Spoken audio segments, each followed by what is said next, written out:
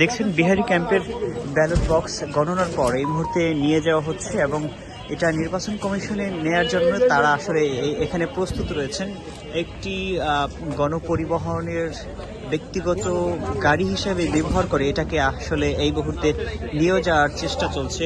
আপনাদেরকে দেখাচ্ছি এখানে সেনাবাহিনী মোতায়েন রয়েছেন এবং এখানে আইন শৃঙ্খলা বাহিনীর উপস্থিতির মধ্য দিয়ে আসলে এটাকে নিয়ে যাওয়া হচ্ছে। আপনারা সেই চিত্রে দেখছেন এটা আসলে বিহারি ক্যাম্পের যে দুইটি কেন্দ্রর প্রথম একটি ফলাফল নিয়ে যাওয়ার পর এখন দ্বিতীয় ফলাফল নিয়ে যাওয়া হচ্ছে। দর্শক দেখছেন বাংলা টিভির সাথে আছি তকি খান এবং বিহারি ক্যাম্প থেকে আপনাদেরকে সেই তথ্যই দেখানোর চেষ্টা করছি। এখানে সেনাবাহিনী উপস্থিত রয়েছেন, অন্যদিকে রয়েছেন পুলিশের সদস্যরাও রয়েছেন।